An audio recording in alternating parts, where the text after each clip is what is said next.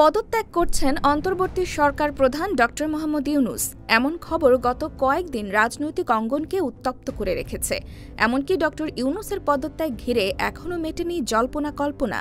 অনেকে বলছে পদত্যাগের সিদ্ধান্ত নিয়ে এখনও ভাবছেন ড মোহাম্মদ ইউনূস, আর এই অচলাবস্থা এখনও বহাল রয়েছে। আর এ নিয়ে রাজনৈতিক দলগুলোও মুখোমুখি অবস্থানে। বিশেষ করে এনসিপি এবং বিএনপির মধ্যে একটি ঠান্ডা লড়াই দেখা যাচ্ছে অন্তর্বর্তী সরকারকে ঘিরে। এনসিপি চাইছে বিএনপিপন্থী উপদেষ্টারা পদত্যাগ করুক। এদিকে বিএনপির চাওয়া ছাত্র উপদেষ্টারা যেন সরকার থেকে বেরিয়ে দলে আসে, যাতে সরকারের থেকে তারা নির্বাচনে অংশ না নেয়। এছাড়াও বিএনপির চাওয়া দ্রুত নির্বাচন। অপরদিকে এনসিপি নির্বাচনের বিষয়টি এড়িয়ে যাওয়ার প্রবণতাও লক্ষণীয়।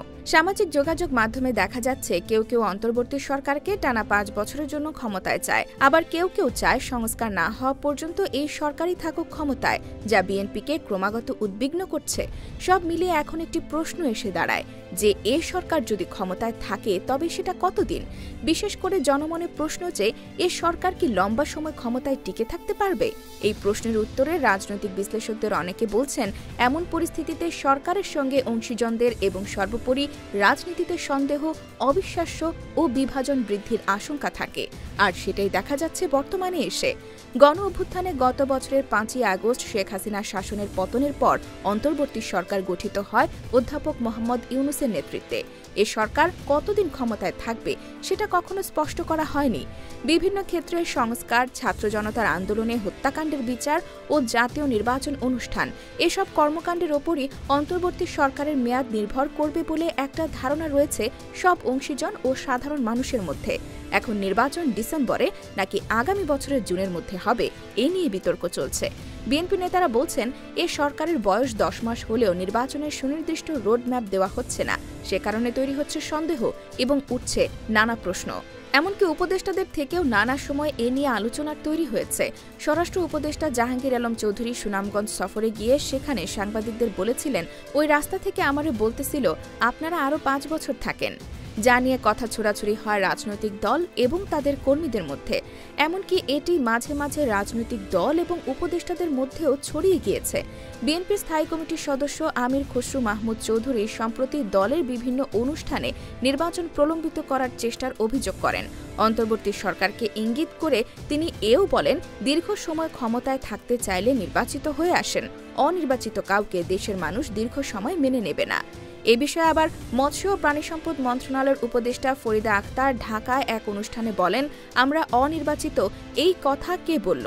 আমাদের তো ছাত্ররা, জনতারা, যারা নাকি এই পরিবর্তনটা এনে দিয়েছে, তারাই সরকার গঠন করেছে, তাদের দ্বারা নির্বাচিত আমরা। আর এসব কথা ছোড়াছুড়ি এবং অনিশ্চয়তার মাঝে খবর ওঠে প্রধান উপদেষ্টা পদত্যাগ করবেন। যদিও পরবর্তীতে সেটি ঘটেনি, তবে এখনও এ বিষয়ে সন্দেহ রয়েছে। বিশেষ করে সম্প্রতি এনসিপি এবং বিএনপি নেতা ইশরাকের আন্দোলন হয়েছে। এসব ঘিরে অনেকটা বিরক্ত প্রকাশ করেছেন প্রধান উপদেষ্টা। এছাড়া এও শোনা যাচ্ছে যে একটি ফেয়ার ইলেকশন যদি না দিতে পারেন তাতে প্রধান উপদেষ্টারই দায় হবে, যার কারণে তিনি পরিস্থিতি সামাল দিতে চাইলেও কেউই তার কথা শুনছে না বলে তিনি বিরক্ত।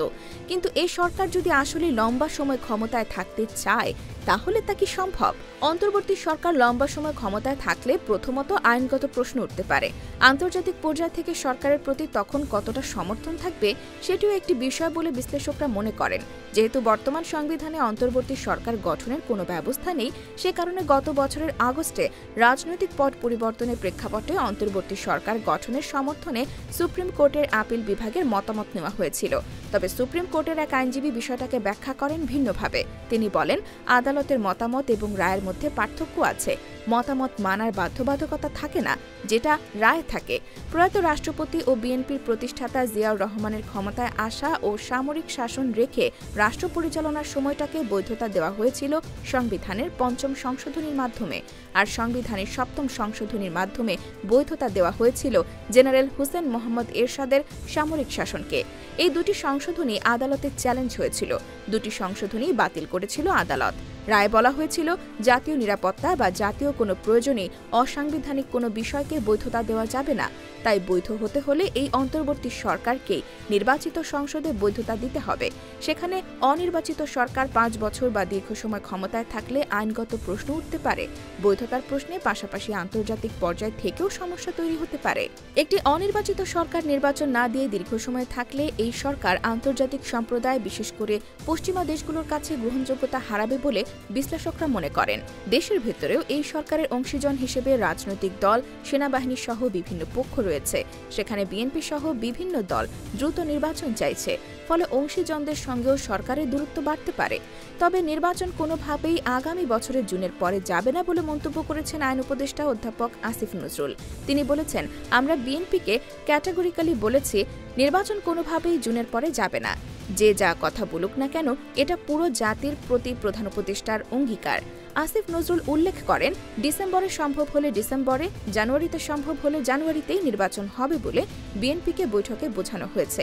তবে বিভিন্ন সময় সরকারের উপদেষ্টারা নির্বাচন নিয়ে নানা রকম মন্তব্য করেন। সেসব বক্তব্য বিভ্রান্তি তৈরি করছে বলে বিএনপি মনে করে। এছাড়াও এখানে এনসিপিও একটি শক্তিশালী দল হিসেবে আত্মপ্রকাশ করেছে। তাদের মধ্যে অনেকে বলেছেন, আগে স্থানীয় সরকার নির্বাচন হবে, তারপর জাতীয় নির্বাচন হতে হবে।